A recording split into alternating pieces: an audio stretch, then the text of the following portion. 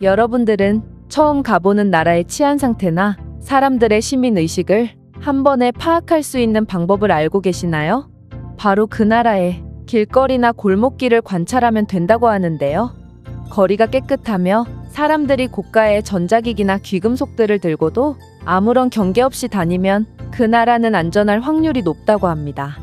왜냐하면 치안이 불안정한 국가의 길거리에서는 사람들이 서로 경계하며 자신의 휴대폰과 귀금속을 도둑맞지는 않을까 항상 노심초사하므로 함부로 여유만만하게 길거리를 활보할 수 없다는 게 그 이유죠. 그렇다면 이 분야에서 한국과 일본은 어떨까요?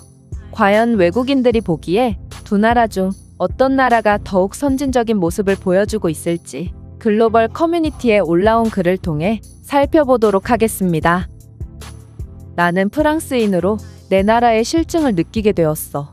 프랑스는 멋지고 세련된 국가고 사람들도 교양 있고 우아하다는 편견이 있지만 현실은 쥐떼와 오물투성이, 골목길에는 노상방뇨를 하는 사람들로 북적이며 밤 7시가 넘어 도시의 불이 꺼지기 시작하면 이민자들의 각종 범죄 행위도 시작되지. 그러던 와중 나는 최근에 내 휴대폰을 소매치기 당했고 그간 평생 동안 대도시에 살며 쌓여왔던 스트레스가 폭발해 치안이 좋고 깨끗한 도시에서 한 달간 살다 오기로 결정했어. 그리고 그 조건이 완벽하게 부합되는 곳이 바로 일본이라고 생각했기에 나는 짐도 제대로 안 꾸린 채 일본으로 떠났지. 일단 일본의 첫인상은 몹시 훌륭했어. 도시는 깨끗했고 소매치기도 없었으며 사람들도 교양 있어 보였지.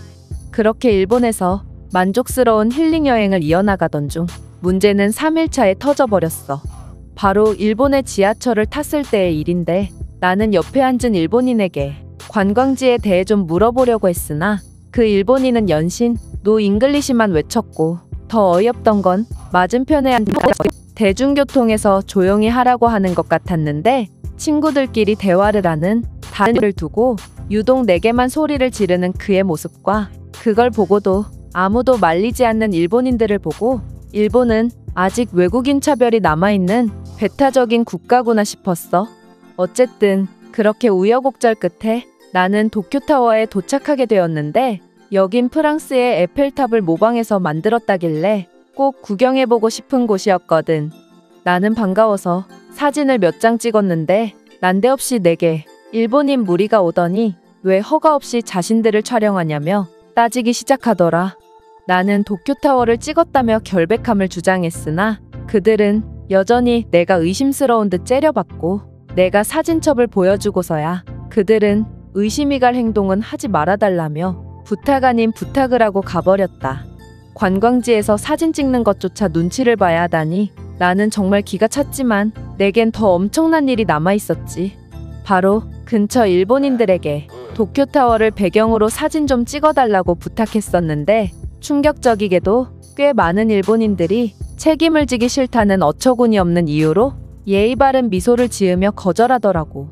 나는 이렇게 개인주의적이고 배타적인 일본인들의 태도에 실망했고 일본에 대한 기대감이 사라지니 일본 밤길의 현실이 눈에 들어오게 되었어.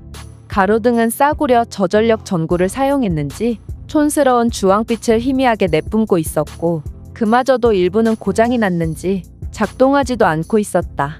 또한 골목길은 좁고 어두워서 무슨 일이 벌어진다면 속수무책일 것만 같았지.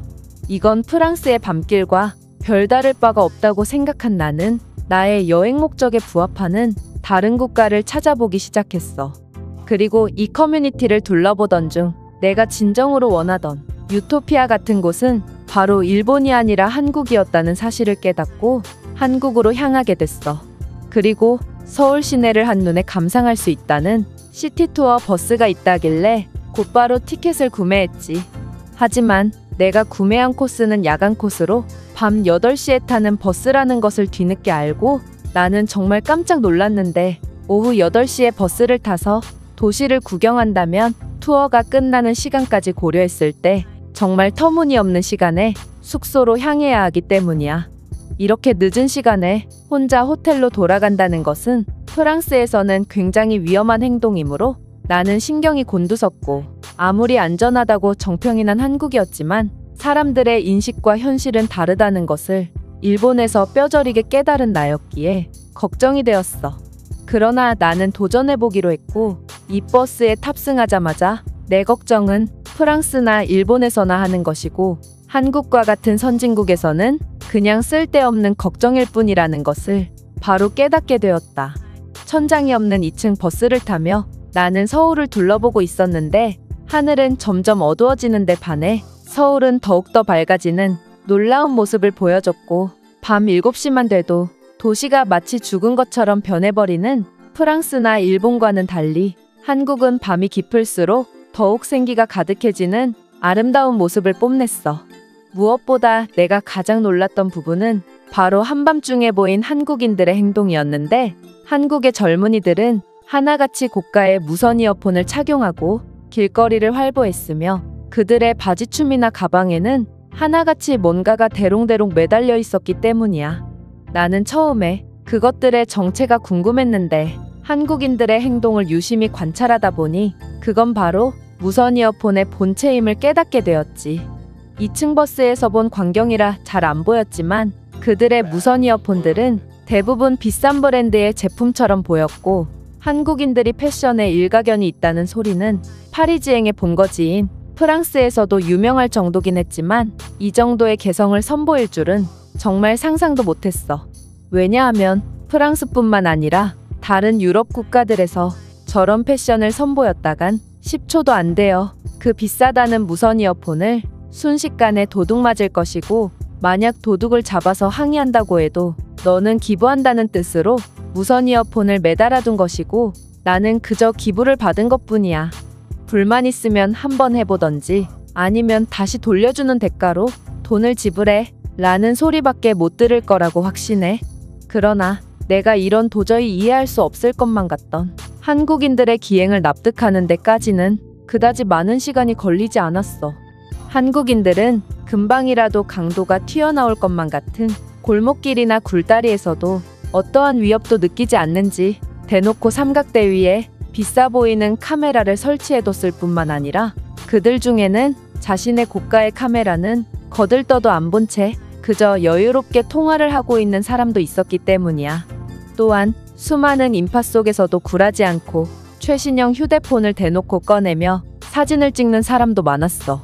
이건 뭐 솜씨 좋은 프랑스 소매치기가 서울에 온다면 1분 안에 적어도 10명 이상의 한국인들을 털어갈 수 있을 정도로 한국인들은 한밤중에도 어떠한 위협도 느끼지 않고 있어서 나는 이 나라의 치안과 시민의식 수준은 이미 서구권 국가의 사람들이 절대로 이해할 수 없는 수준에 이르렀구나 싶어 혀를 내두를 수밖에 없었다.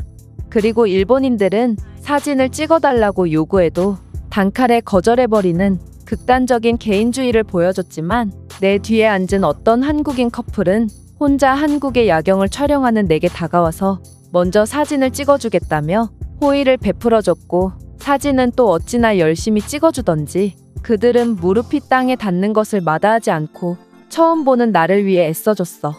이런 한국인들의 아름다운 모습을 보니 이 투어가 오후 10시에 끝나든 새벽에 끝나든 한국은 절대로 위험하지 않겠다는 확신을 갖게 되었다. 실제로 투어가 끝나고 나는 굉장히 늦은 시간에 이동했음에도 호텔로 가는 길은 항상 밝았고 으슥해 보이는 골목길에는 하나같이 경찰을 바로 부를 수 있는 버튼과 특수 가로등이 설치되어 있어서 안심이 됐어. 내가 직접 경험한 한국인들은 돈 주고 범죄를 저질러 달라고 요구해도 절대로 그에 응하지 않을 아름다운 사람들이지만 이렇게 치안에 관해 사소한 것부터 완벽하게 준비해뒀으니 한국인들이 밤에도 그렇게나 안심하고 돌아다녔던 게 아닌가 싶기도 해. 이런 나라야말로 내가 전부터 꿈꿔왔던 진정한 사람 사는 나라라는 생각이 들고 내가 얼마나 더 한국에 머무르게 될지는 모르겠지만 나와 한국의 인연은 꽤나 오래도록 유지될 것 같은 좋은 느낌이 들어. 이 외국인의 글은 여기까지입니다.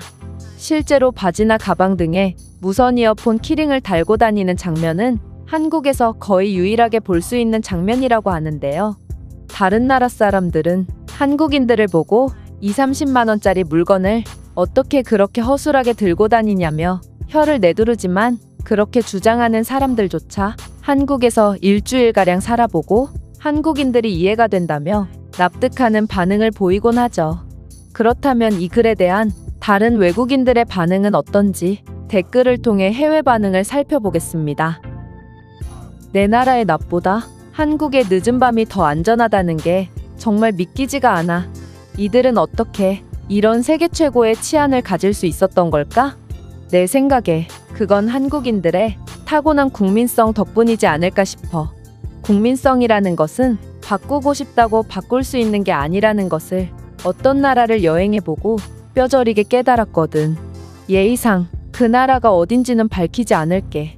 저도 서울 시티투어 버스를 타본 적이 있고 서울의 기가 막힌 야경에 정말 깜짝 놀랐어요. 감히 사진으로 담을 수 없는 엄청난 장관에 이런 곳에서 사는 한국인들이 너무도 부러워졌죠. 맞아. 유럽도 저런 시티투어 버스를 운영하지만 너무 뻔한 풍경들로만 가득해. 한국과는 달리 소매치기가 어떤 식으로 남의 물건을 훔치는지 제3자의 시점으로 관찰할 수 있는 점이 특색이라면 특색이겠다. 나는 영국인이고 영국에 사는 이민자들이 내 차에 바퀴를 빼고 있길래 당장 꺼지라고 말했다. 하지만 그들은 우리가 순순히 가길 원하면 그에 대한 대가를 지불하라고 도리어 윽박질렀고 나는 결국 그들에게 60파운드를 지불할 수밖에 없었어. 이런 곳에서 살다 보니 한국이 정말 부러워지네. 놀라운 건 한국인들이 밤길에 대놓고 쥐고 다니는 휴대폰은 우리가 생각하는 그런 스마트폰이 아니라는 거예요. 그들은 하나같이 100만 원이 훌쩍 넘는 고가의 스마트폰을 사용합니다. 내가 만약 100만 원짜리 스마트폰을 구매한다면 주머니에만 두고 집 외에선 절대로 꺼내놓지 않을 거야. 부자의 시민의식까지 좋은 한국이 정말 눈물 날 정도로 부러워진다. 제가 준비해온 내용은 여기까지입니다. 끝까지 시청해주셔서 진심으로 감사드리며 여러분들의 구독과 좋아요, 알림 설정은 영상 제작에 큰 힘이 됩니다. 이상 세모튜브였습니다.